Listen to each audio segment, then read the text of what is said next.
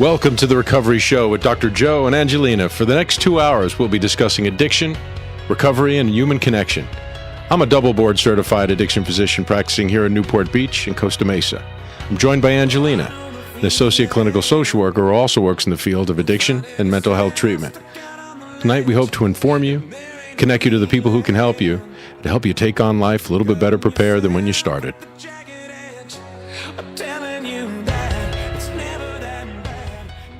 Welcome to The Recovery Show. I'm Dr. Joe. And I'm Angelina. And so good to see your smiling face. And back at you, Dr. Joe. What's this show about for our new listeners out there?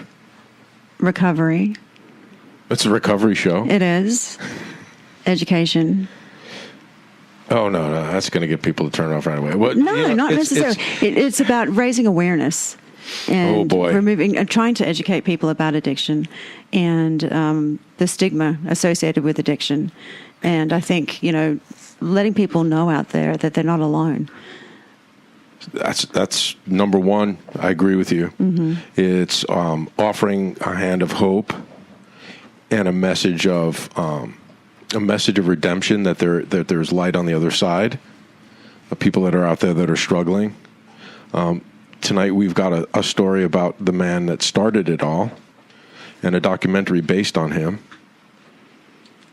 Well, started a movement, back in a time, I think, when there was more of a stigma than there is today surrounding alcoholism. And because that, back in the 30s, I believe that's really what it was. That was the drug of choice back then, the substance of choice. And we have the honor of actually a gentleman that we had here a couple of weeks ago who kind of wandered in the studio unexpectedly. And it was actually a pleasure to have him. It was a great show. I actually got to hear it on the radio. I remember I wasn't in studio. Chipotle. I was trying to. And he walked in, and one of the producers, he's of a movie of Bill W. And tonight we have both producers and directors. If I am in the studio tonight. So I think we should just take off and we should introduce them both. We have Dan Carosino and I can't wait to jump in. Kevin Hanlon. Dan Carosino, Kevin Hanlon, welcome to the show. Thank you. The directors. Thank you very much. The directors of the documentary Bill W. Right. Which was in original release back in 2012. That's right. Limited release and re-released in 2016 to television. Yeah, where it ran a little longer than the original. Yeah, it's a different cut. The 2012 was sort of going around the country, and then trying to get it on television, and we succeeded in 2016. So it's kind of funny. We started the film in 2004, thinking it would take. Well, 6 months. We figured it would take a year or two to make it. You sure you're not alcoholics? Yeah. We do have our doubts at times. But, there's 12 steps, 12 traditions, 12 concepts. Nobody ever heard of the concepts. 12 promises. So we shouldn't have been surprised it would take 12 years to get it onto television. It really took you that long. Yeah. Oh, you guys did that on purpose. Wow. Yeah. Just like I learned watching the movie recently, learning that Bill W. came upon just 12 steps accidentally. He was writing down the list. He go, 12. That's a prophetic spiritual number. So it just so happens coincides. Yeah, he wasn't out to. 12 is sort of taken on this almost mythical thing, right? In AA, right? Everything's 12. I mean, the 12 promises I just joked about. There aren't really 12 promises, but somebody counted them. I know of a meeting in New York City. It's called the Promises Meeting, and they have the same scroll that they have for the steps up on the wall, and it's 12 promises. They found a way to make those into 12. Yeah, they finagled it with a few commas and split one sentence into 3. Well, you guys have a lot of exciting things going on, but I got to tell you, today I watched the movie, and I'd gone into my office, and I was like, I'm going to sit here and make sure that I'm well prepared for this interview tonight. And I sat down in my office and I downloaded the movie. The 2012 version is what I started with, and I thought, I'm going to sit down here. I'm going to, cozy up in my office and have my lunch and sit down and watch this movie. And then I thought, well, hang on a second. I'm sure the residents that I work with might enjoy this movie too. Maybe one or two of them. Maybe I can get them to watch it during lunch. So I go out into the area and I say, well, hey, does anyone want to watch this movie with me? One person turns up. Two people turn up. And before I know it, everybody's sitting with me watching this movie, including staff. And everyone's sitting around at lunch watching this movie with me. And then there's another group at 1:30. So I asked the person who's running the group, do you mind if we, maybe watch this movie during your group? And the person's like, yeah, sure. That person sits down, watches the movie with us. And everyone's watching this movie. And took a break, and we finished the movie into the group after that. And everyone sat down and was enthralled with the movie. So well done, first of all. It was impressive, I've got to tell you. And I'm not in program. I'm not in AA, and I'm not in recovery. But I have a deep respect for it, and I was deeply moved by the story of the man. So, Thank you. Yeah, I was deeply impressed. There were tears in the room as well. Go ahead. You're hitting on something here. When we were making this film, we had this tremendous sense of insecurity or fear. Like, it's our first film, and hopefully not our last. And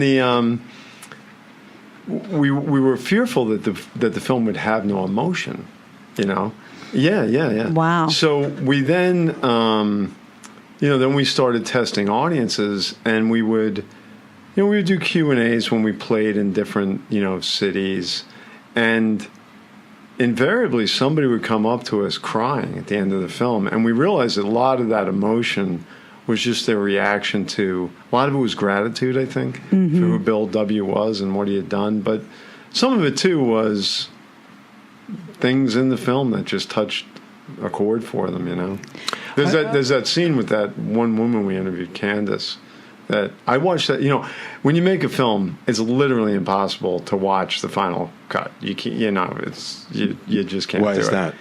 It's like you can't see it the way somebody's going to see it because you've seen so much. You can't even remember what you cut out at points, right? Oh wow! So, but there's this one interview that we do, and for your audience who haven't seen the film, who I'm assuming is the bulk of your audience, but most of the film tells the life of Bill W. And intercut with that are interviews with people whose lives have been touched by him, right? Right. And so there's this one woman who talks about how difficult it is for her to get into it. Like she's going, leaving, and people keep showing up.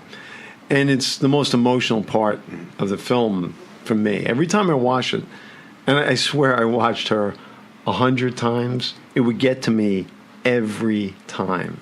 There's just something so honest about it. What about that got to you? So being a normie and not having access to the program and understanding what about that, if you can give some idea to a non-AAer out there. Well, what she talks about is that she's essentially using these people to get across town. Okay, they're coming to pick her up, and they know she's got a problem, and she has figured out that she can hit these people up for a few bucks. They're going to take her across town. And she said, I'd walk in the front door and I'd walk out the back. I mean, it's sort of like she wouldn't even stay for the meeting, right? But she said, and she gets very emotional when she says it, she said, but they just kept coming. Yeah. And they never gave up on me. It was always new. And it was sort of like the kindness of it. I think it's that moment is so moving because it's it's an example of where desperation meets hope. I mean, she really conveys the sort of the deep despair and desperation she was feeling at that moment, and there would have been no reason to think that people would have stuck with her. And I think that this actually transcends. Most people have had despair in their lives or some really trying situation, and the fact that this community stuck by her when she gave them no reason to at all. And I think even for people who aren't alcoholics, Dan and I are both not in the program, not alcoholics, but every time I see that, I just think, to be that far down and that low and to feel that hopeless and to have these people who won't give up on you when you may very well have given up on yourself, that's, for me, that was Well, I have the same reaction Dan does to that interview. And being in the program myself, a common thing you hear in the rooms is that you loved me until I learned to love myself. Before I could even had any idea of and you forgave me before I learned how to forgive. And those are two huge things. And that doesn't happen to everybody. And that's the spiritual awakening that I see most commonly. And to be able to be loved when you consider yourself so low and so undeserving. I mean, that's the representation of God's grace. And I think that's what Bill W. had in mind when he had that spiritual awakening. Well, what he does, and the thing that also gets me about that scene, is that he is the one who created that culture of tolerance, right? We got to read through, thousands of letters, right? He was always responding to letters. People would write to him, and he pretty much tried to write back to everybody who wrote to him. So you imagine you're the man who is the co-founder of this enormous fellowship, how much mail the guy had, right? Oh, my goodness. So we didn't get through every letter, right? But there would be these letters in the, I'm trying to think, like there were ones from, now AA, for the people who don't know it, AA starts in 1935, right? This is when Bill W. meets Dr. Bob. Dr. Bob is sort of AA number 2, and these two guys are in different cities, and so, they get the thing going. And it really catches on in the early 40s. And so then they go from the problem of, how are we going to get people to know about this thing to how are we going to manage this, this exponential growth that we're experiencing, right? So he starts handling these letters from these groups around the country that are having problems, right? And so one of the problems that he has, and I think I'm going to paraphrase his term here, but he's got the problem of the elders, okay? So there are these guys who've been in, they're the old timers, They've been in the program for 4 years. So they know more. Right. You're laughing because 4 years now is like a newcomer. They're alcoholics. Yeah, right. But they're in the program. It's all relative. Right, yeah. So they're in the program and they know more than the guy walking in the door. Right. And Bill W. is not, he's not one of these guys who's going to allow this to turn into a tenure-based thing, right? And it's actually very difficult. It takes some years to get this done, right? But there are these letters. So there's this one letter where somebody's writing and he's saying, my group can be doing AA a lot better. And, we need to kick some butt around here. And, the guy sounds like a drill sergeant. You're reading this letter and you're thinking, okay, this is not a guy I want to room with, Right. So, but Bill Wilson had this wonderful way of, in his letters, he would always take on the attributes, the bad attributes that he's seeing in the writer, that he wants to sort of offer some gentle corrective advice to them, right? And Kevin's probably going to get nauseous when he hears me quote this line because it's one of my favorite lines. It's not in the film. But he's trying to explain to this guy, like, I used to be like that too. I used to think that, people could be doing this a lot better, and I used to have the same thing. And we saw no evidence that he was ever like that. But he has this line, we have found it almost axiomatic that the worst that the worst can do is never so bad as the fear and intolerance of the well-meaning.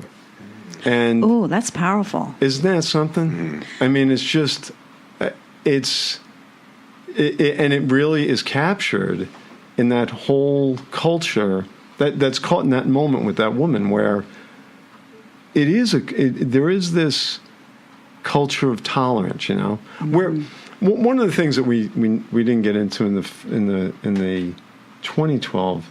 And this is it. I don't know if we got into it. At some point, we cut it. There's a clip somewhere where we talk about the accusations that AA is a cult. Right? Yeah, and Okay. I've been talking about that lately too. So I'd be interested to hear your perspective on that. Well, When did that attitude start, by the way? Because it's under attack like incredibly. I don't know if you keep abreast of what's going on in the recovery world, but just the anti-AA rhetoric is huge now. Well, I don't keep abreast of things probably as much as you do right now, but I mean, I think that was out there for a long time. The one marker you can put down where it really was very clear was an article that appeared in Harper's Magazine in 1963, I think, and it was written by a man named Arthur Kane, and the title of the article was "AA Cult or Cure," and this feeds into the point Dan was just making, because there was this enormous uproar within AA when this article came out, and people in AA were a lot of them were very, very adamant that AA defend itself, that they go after this guy, that they attack back, and Wilson said no. And in fact, Wilson wouldn't let anybody respond at all. And he the thing that came out of that, he said, maybe there's some lesson for us to learn in what this guy's saying. Now, Wilson did write to Arthur Kane himself privately and took up the points with which he disagreed in the man's article. And he said to him, it's possible that there may be people who die because of an article like this. And so it wasn't as if Wilson didn't care or acted nonchalantly about it, but he just had this restraint and tolerance that was it was amazing, and it was something he had to fight for himself. I think, to go back a step, we were talking about, you were saying that the film was emotional, and the thought I had about that, because I agree with Dan, when we were making it, I was terrified that it was going to be, completely boring and non-emotional in every way. But I can't tell you how many times when we've released it in theaters and I would do a Q&A, people would come up to me later and they were clearly moved emotionally, and they would say, "Thank you for showing how human he was." That's exactly what I was thinking as you were speaking about it. You showed the man. You showed the humanity behind him, which was so important, and he was almost the anti-hero. He didn't want to be put in that position of he didn't want to be put on a pedestal. Yet that's where he ended up, and he had such humility. He was very much a reluctant messiah of sorts, a reluctant savior. He did not want to be put on that pedestal, and he fought very hard and failed not to be put on that pedestal. But I think in some ways it was inevitable, and it's only human nature. It was never going to be stopped. But he was turned into an icon in AA, and because of that, a lot of people in AA don't really know a lot about him. They know what the myth says, or they know what people have passed down, from generation to generation. One little pet peeve of mine is I hear people talk all the time about what an egomaniac he was. Well, I'm never going to say that he didn't have an ego. But from all the research that Dan and I did, I feel so strongly that whatever ego he had that may have shown itself like that was compensatory, because he had terrible gnawing insecurities that he dealt with his whole life, almost up until the day he died. And I think when you see him in that light and you consider some of that, then what he did is even all the more impressive, or at times it's almost hard to believe that he could have carried on and achieved what he did while he was dealing with this stuff personally, because he could never show it. And one thing that really strikes me, I over and over, I thought this as we got further into the research, I wondered how he even stayed sober, because at some point he was not allowed to be a member of the very fellowship that he started. He could not be an AA member. I mean, that's what I kept thinking. I'm looking at it going, he's going to relapse. I'm looking at all the risk factors, the ego, first of all, the responsibility that, I mean, he was codependent to the core. Yeah. And I saw him fight against that even when he was authoring the book, when he was authoring the big book. And running, and he thought he wanted the book to be more criticized. Like he's like, really, we're not going to, and you think there were all these rewrites, but maybe you can get into that after the break. But I want to talk about the actual writing of the manuscript that led to the big book, and how his personality came through in that. Yeah, Yeah. we'd be glad to do it. Yeah. Just to wrap out of the cult thing, we would ask people about this issue within AA, and one gentleman said to us, if it is a cult, and he obviously didn't think it was a cult, he said, but if you're going to call it a cult, it's a cult of kindness. He said, I would invite anybody into the rooms who has any doubt about whether or not it's a cult, and go to different meetings, stick around, and you're going to find that it's a cult of kindness. And Can I just want to add one thing to that one, because I've been asked about this being a cult many, many times, and I think to myself, and I'm no expert about cults, but I think right off the top of my head when I think of a cult, I usually think, well, there's a charismatic leader who retains full power.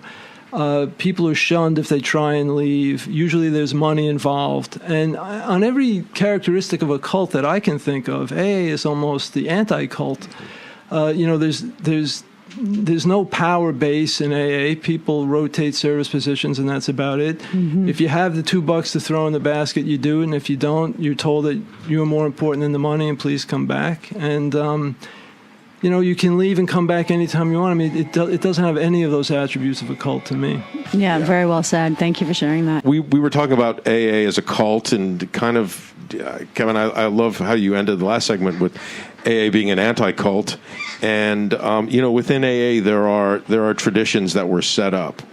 We really can't talk too much about it. Actually, are you guys bound by the anonymity and the inability to talk about the program? Has that ever we're historians. kept we can do whatever we want. Yeah, right. Yeah. So and we never. It's a very good point.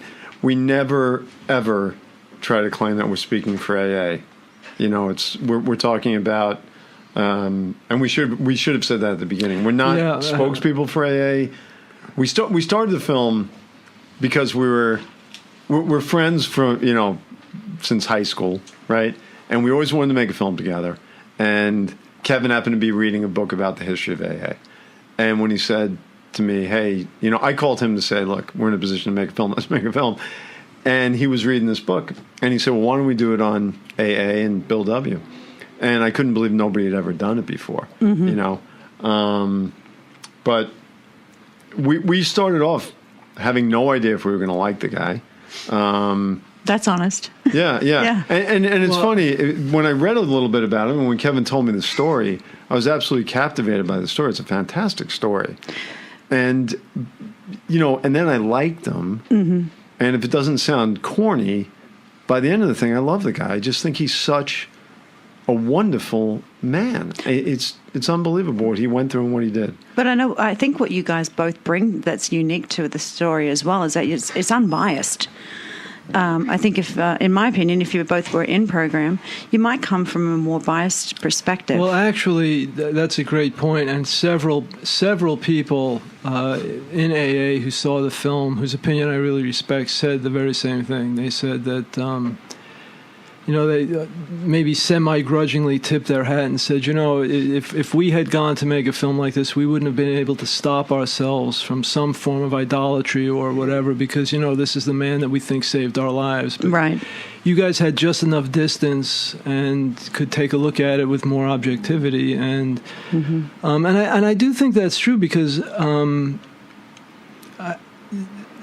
really think that he was a brilliant man, and I think his story is appealing even to somebody who's not in AA or not in recovery. I mean, here was a guy who was on the very brink of being destroyed by something, and not only did he forge a path out of that when there was none that existed at the time. I mean, I think you probably know what the options for alcoholics in 1935 were. It was, pretty much it was prison or the insane asylum where you died. Yeah. And some of the means in the insane asylum were absolutely horrific, the way they were treating alcoholics at the time. It was terrible. Yeah, absolutely. Terrible. Yeah. We saw... Before, I do want to say, because Dan brought this up, I just want to emphasize the point. We did have no affiliation whatsoever with AA or General Service Office or anything else. Right. And you asked about anonymity, and I just want to say, we're not bound by it personally, but we went to great lengths to respect the tradition of anonymity that's in AA. So we, and it actually took a while to get people to be willing to be interviewed, because they had to trust us enough that we were going to make sure they were visually anonymous and that we were going to protect their anonymity. But we took that very seriously, and I just wanted to say that it was really important to us to maintain people's anonymity for them. Yeah, and you blurred out faces of people from the 30s and 40s that were in pictures. You blurred out their faces, who are probably not even around to defend themselves. Let me I tell was you. really impressed by that. Yeah, I had my moment when we were like, really, we need to do it. And it was, I mean, we had to do it, and we ended up getting a lot of accolades, really, from people who said, thank you for doing it and respecting it. But let me tell you, when we were doing it, and I was... That's like Grandpa Jack, he was an alcoholic. When we were writing the checks for it, I was like... Do we really need John to do all this? Can we? So, can we That's just a little scratch him out? Photoshop. Yeah. Yeah, that's what you think. It's more than that. a lot more than that, I'm sure. And hundreds of photos. But what it showed was a real respect for the program of AA, and I'm sure that AA is really grateful for that. One of the things that's really interesting is that we got to see some of the early reactions by the press to AA and to the request for anonymity. Mm-hmm. And then the anonymity thing develops over time. There were some early photographs where Bill Wilson is fully identified, some people using names, right? And then they realize, we can't do this. But the press is very respectful of it. And it's something that, today's press could look to. It's really... nothing drives me crazier than helicopters hovering over recovery facilities to get pictures of celebrities in recovery. It's just so wrong. It's they could be killing those people. Yeah, no, I agree with really. you. It's just so. Mm-hmm. If you're a paparazzi out there, stop on those guys. Yeah. Plus, everybody's in rehab now. Come on, how exciting could this be? But it is. It's titillating. It's. Everybody loves to watch people get knocked down, but then they love to watch them get brought back from the dead. Robert Downey Jr. is somebody who's out in the open to talk about it. He talks about how it saved his movie career, how it saved his life. He doesn't talk about program, but everybody knows. Right. I think. But he's on the other side of it now. That's true. And when right. Good point. When somebody's not there, I remember there was a baseball player, and I won't even. If I say his first name, you'll know who I'm talking about. But I remember when he came out, he said, "Oh yeah, I've got this licked," or something like that. Mm-hmm. And we're in the middle of making the film, and we had interviewed enough people, and I thought, this guy. And sure enough, he relapsed. Mm-hmm. But I thought, how difficult is it to be a public figure and do it? Right. So anyway, I don't know. I mean, it's got to be. You're not a public figure. I always struggle with how much I'm going to talk about my program on the air. Right. And I've had my sponsor here as my co-host, as a stand-in host for Angelina when she was, not feeling well last year. And it's difficult. It's difficult to dance around talking about the steps. It's difficult when we've got callers who are in program and we want to, connect with that, because this is a show for people who are in recovery. It's also a show for people who don't really know too much about recovery. So, we have to walk a fine line. We have two separate audiences that kind of listen at the same time. But I've been talking about this recently with people, and I wonder, we've got and people refer to it as an epidemic, people refer to it as all different things, but we've got a huge problem in this country with addiction at this point in time, and a lot of different ways of trying to fight it that aren't working. And, I wonder if anonymity at this point in time, of those people on the other side, is really working anymore. And I've got to wonder if, the people that are actually fighting it and it's working for them, if they need to be a part of the fight. If anonymity needs to be removed, and they need to be part of the fight to stand up and say, hey, something needs to change. And we're part of the solution. This is a very old question. This question goes back to the late 1930s, where Bill Wilson has a counterpart, okay, a woman named Marty Mann. And Marty Mann is a member of AA. She's one of the very first women in AA. And she goes public with who she is. She's out there, and she starts the National Council on Alcoholism, which then, becomes an NCADD, the National Council on Alcoholism and Drug Dependency. I think that's the right name. And so they do this very public thing, right? She's taking it to remove the stigma against, addiction and against alcoholism in particular back then, right? Because it was more about the alcoholic. And so it's a very old question, and I think that the anonymity piece for AA, I think the way they sort of have come to terms with that is that if you're on a radio program, as long as you don't identify as a member of AA and you say, I'm in recovery, then that's sort of, and tell me if I'm right about this, Kevin, but that's my understanding that that's the way they've sort of finessed that, right? And they can then talk about it, but they're not going to then be a spokesperson for AA. They're not going to violate the traditions of AA, because anonymity has this sort of dual purpose, right? You've got the public piece of it where you're maintaining your anonymity in order to protect the organization of AA, okay, right? Because if you go out and relapse, people don't realize this is the public piece of it, right? If you go out and say, hey, I'm a member of AA and you should join this program, and then you relapse. You're bad advertising. Okay, that's terrible advertising, Okay. right? So they don't want that. But right. then there's this personal piece of it, which I think turned out to be the surprising bigger piece of anonymity. And it's sort of a daily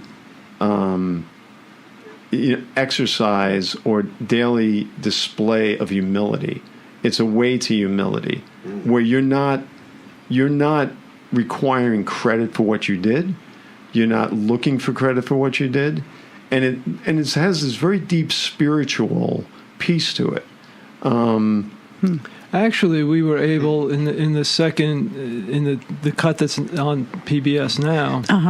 One of the things we were able to do when we recut the film for PBS, we actually added a very short scene about anonymity because, and here's an example of what Dan was saying before, where you've made a film and you've seen it so many times, you don't know what's in it or not in it. Right.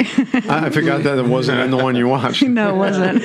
But we had a second editor who helped us, cut the thing for PBS. And at one point she said, what's the whole thing about anonymity anyway? And I said, it's like I hit myself on the head and thought, we've made a film about the man who founded Alcoholics Anonymous, and we haven't addressed anonymity at all in this film.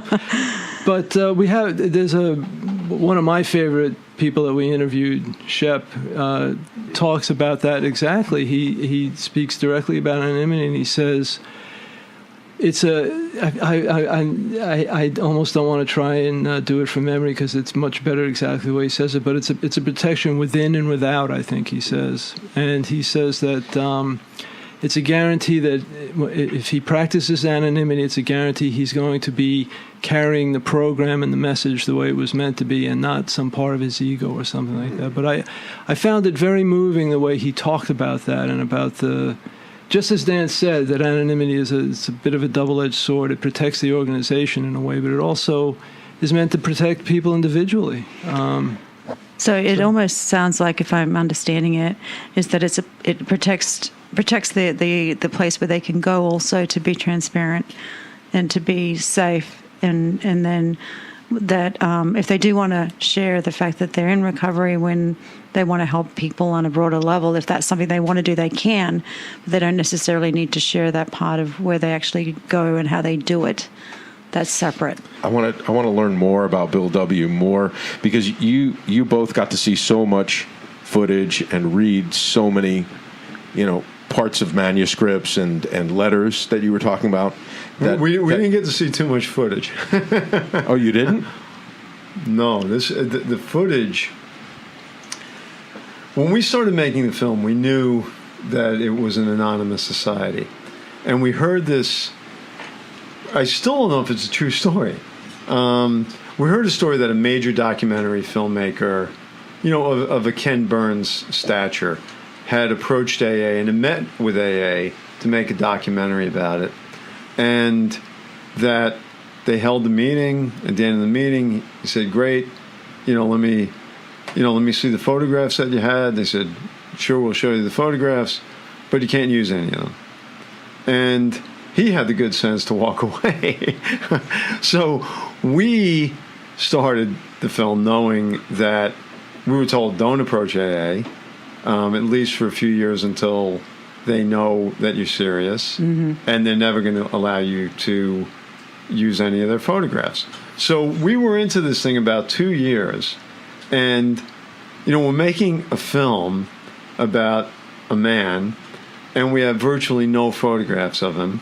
And we ran across a film that he made that we do use in the movie, where he talks about his story, but he's a little wooden in it. He's not comfortable in front of a camera, and it's not a highly the production quality isn't all that great. If we played that film clip throughout, you would have walked away from it, and that was about it on film clips, right? And then there was a home movie, and that was it.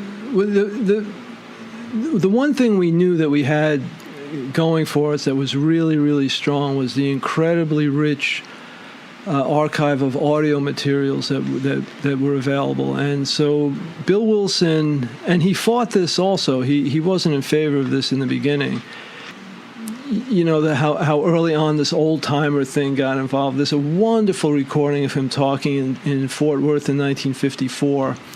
And he goes down there, and he was a shrewd enough politician. At this point, he was going around the country trying to plug the traditions because he wanted them to be accepted at the International Convention in 1955. So it's the summer of 54, and he's in Fort Worth, and he comes to the mic, and he says, I came down here, and I really wanted to talk about the traditions, but your committee chairman told me that if I so much as said 2 words about the traditions, he would take a hook and pull me off the stage here, he said. So wow. I thought instead maybe I'd talk a little bit about how the book got written. And he said, people have this idea that back then we were all really spiritual, and we were walking around with halos and robes and stuff. And he said, and I just love the way he says it. He says, "Wait till I tell you. Wait till I tell you." And then he goes on to puncture that myth as strongly as he can. But you can't make a documentary film with nothing but audio recordings. And we had, Dan was saying this before, but about 2 years into it, we said to ourselves, well, here we are. We've decided to make a film about a man who tried to be anonymous and who founded an anonymous fellowship, and we're wondering why we're having trouble with the visual aspect of this.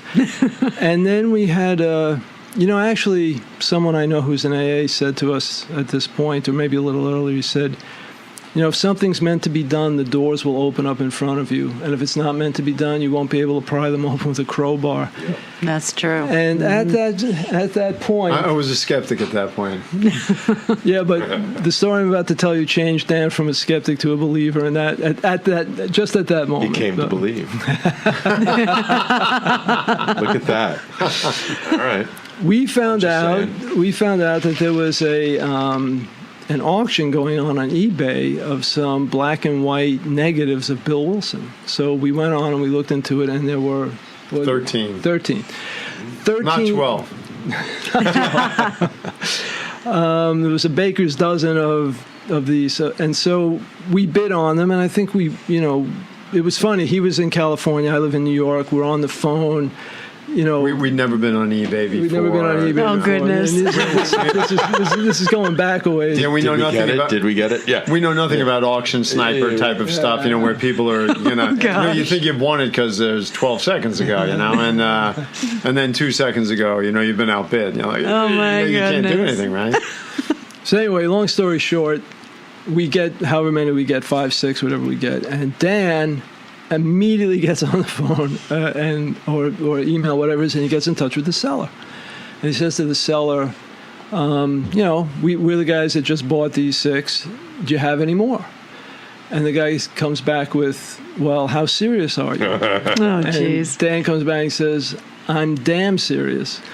And make a long story even shorter. Five-figure series, six-figure series. Well, it's interesting how all that worked out because it turned out that the guy lived in Freeport on Long Island and I live in New York City. So the next day I'm on the Long Island Railroad and I go out there and I say to him, well, how many of these things do you have? And he says, well, hold on a minute. And he goes over his refrigerator and he pulls out this really big cardboard box and he brings me into his dining room and he turns the box upside down and they skitter and scatter all across the thing. There were 1,500 or 1,600 negatives in this collection. And these negatives had come within a hair's breadth of being thrown in the trash because this guy bought them. He wasn't looking for Bill Wilson. He went to an auction. He's a sports memorabilia collector. And he was buying photographs of the 1950s New York Giants and the New York Yankees and that kind of thing. And mixed in there, he bought a lot at auction. He brought them home. And he's looking through, and he's like, "What the hell what is this?" Yeah, at one point, he said to me, because there were a lot of pictures of Wilson at these conventions. He said, I thought it was a Fuller Brush convention or something. Who are these guys? And then he tells me, a little while later, he says, well, a few years ago, I had a little problem with cocaine for a little while, and a couple times I went to a CA meeting. And there was a picture of this guy up on the wall at those meetings, and he said, I'm going through this, and all of a sudden I thought, this guy looks really familiar to me. And that's how that was the only thing that stopped him from throwing all that stuff in the garbage, because he thought it was some, random group of salesmen getting together. Oh, wow. And that put us sort of... Kevin's leaving out one of my favorite parts of the story. So I'm in California, right? This guy has told me he has more. I don't know if more is 20 more or more is what's more, right? Right. So Kevin calls me up. He goes, Dan, I'm in front of this gentleman's house. He goes, and I'm playing the best round of poker that I've ever played in my life right now. He goes, because we've hit the mother load. We've hit the mother load, And, I'm like, what do we got? And he told me what we had. I was like, holy, I couldn't believe. And then, when I flew back to New York and we had gotten them on, what are they, contact sheets? Is that what you call it? We had a printer contact them. So, we had, it's a real piece of American history. It's unbelievable. This is not Polaroids we're talking about. This is not somebody's, family member just snapping photos. These are the negatives. They were really good pictures, by the way. Good photos. Yeah, Right. This guy's a photojournalist. He knows that he has an important figure. These are taken over a period of years in the 50s, and he knows he's chronicling the life of one of the most important people of the 20th century.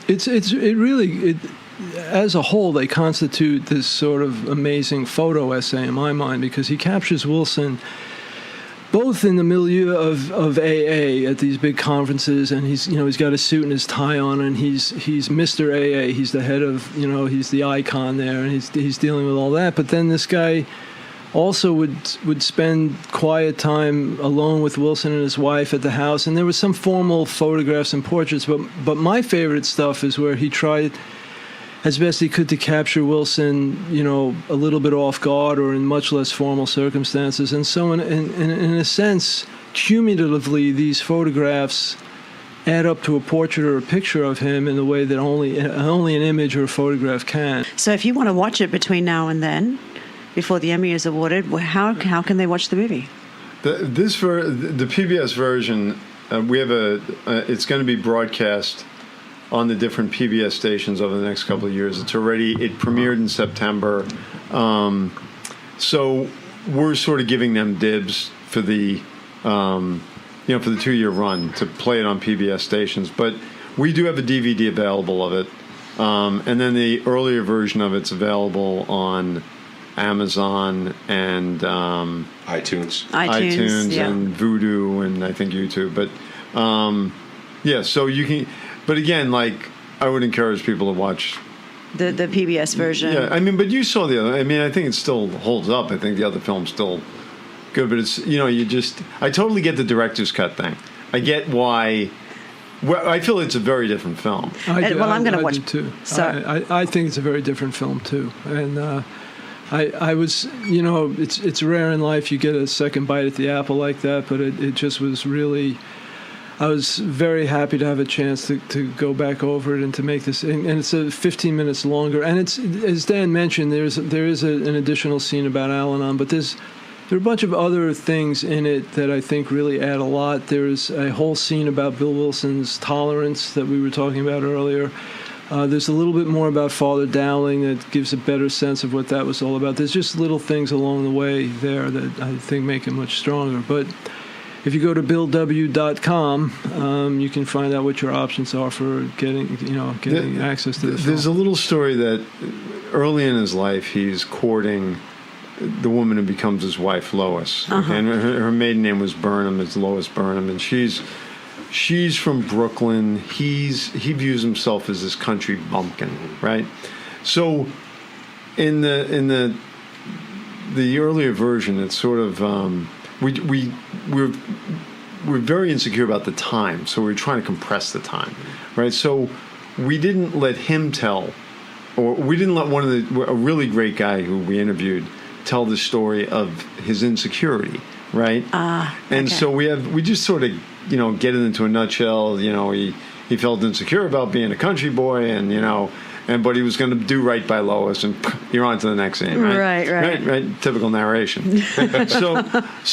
But in this, we had a little more room to breathe, right? Because we decided it was either 90 minutes or 2 hours. So we decided to go 2 hours and expand on it, right? And so this guy talks about how Wilson thought of himself as a country boy, and he has this very graphic description, right? Now, again, I hope this is in the film, but he discusses, he's talking about how sophisticated she seems while, we're still urinating off the back porch, and it's just so much better. You get the feeling of like, okay, he's a country bumpkin, these guys have an outhouse, and it's a different. And right after that, we're able to follow it up with a letter that he writes to her, where he really, really shows you the insecurity he has about marrying her, because he's so afraid that everybody's going to look at them and look at her and say, why did you marry such a country bumpkin? And, interestingly enough, so that's around, what would you say, 1917 or? Yeah. In 1950, I want to get this right, I think it's 1954, he left, he made an audio recording that was essentially an autobiography for the record. And there is a moment in there, and every time I read it, I sort of shudder. But so now he's almost 60 years old, and he's looking back, and he remembers this time when they were still courting, they were engaged, and they kept it secret for a while because he was so afraid of people finding out. And he goes down to Brooklyn. He's from rural Vermont, and she's a city girl from Brooklyn. He goes down there to visit her, but to meet her friends. And he writes this terrible line about, he says he's so afraid that her friends are going to say, why did you find this apple at the bottom of the apple barrel outside the country store in Vermont? I mean, it's like this, like all those years later, he's still feeling this insecurity. Oh my goodness! After and he's already he's founded AA. It's successful, but it's something that lives on with him, inside of him, and he kept going anyway. Somehow, it was amazing to me when I came across that audio recording. I know how he kept going. It's that vulnerability. And he must have seen it a million times, that it's endearing to people who are vulnerable. It breeds more vulnerability, breeds more vulnerability, and you feel part of. The tears that were probably brought to people's eyes were just realizing that they feel the same way. One of these historians, he wrote a book. It was actually the book I was reading that Dan referred to that led to the whole making of the movie. But there's a place in that book where he says that any 12-step program is based upon mutual vulnerability openly shared. That's his line. And, that I've come to believe that that's part of what makes any 12-step program so wonderful, is that that's a place where people can do that. Don't try and do that at work. Don't try and do that at, out anywhere you are. That's it's crossed my mind 4 or 5 times during this discussion tonight to mention, I think, the most amazing and remarkable thing about AA, and it's for people. If people have hesitations about it, it's the safety that are in those rooms. Because I have gone to open meetings, and I'm always amazed by how open people are, and how trusting they are, and how much people respect that. And from my involvement in this, that all stems from Bill Wilson. Yeah. It's all the culture he created, and it's a remarkable culture. No, I think that's a beautiful way to wrap that up. It's impressive. You're right. Well, thanks for having us on. We really appreciate it. Thank you very much. It was great to have you guys on, and I'm so glad that you came in and we timed this perfectly. Yeah, definitely. It was an honor to have you. I didn't think I was going to get you guys back in the studio. This is fantastic. That was great. We wish you luck this weekend. Thank you. Thank you. Definitely. I guess we'll accept it. Yeah, I was going to say, I'm working on it. if we get it, to get the word out, really, people need to know about what those rooms can do for them. I think so, and I think that you're sharing this story definitely is going to help people and continue to help people change lives. Thanks for joining us. Thanks to our callers. Thank you, Gia. Amazing job, amazing production job tonight. And thank you, Rip, behind the boards. And thank you, Austin, for your amazing creations. Look us up on YouTube. We have now 6 shows up, and this is show number 74. We're coming up to our silver show. And can you believe it? I can. All right. All right. We are Dark next week. We will see you the following week. We appreciate everyone who's subscribed to our iTunes feed. Look us up at The Recovery Show with Dr. Joe and Angelina, facebook.com/The Recovery Show. And we're on Podbean and SoundCloud. Just search our names. Ange, thanks again. Thank you too, Dr. Jeff. All right. All right. And one more time, if you want to watch the movie or find out more about the movie, look up BillW.com. Thank you, Dan Carcino and Kevin Hanlon. Until 2 weeks from now, this is The Recovery Show. I'm Dr. Joe. And I'm Angelina. Stay close.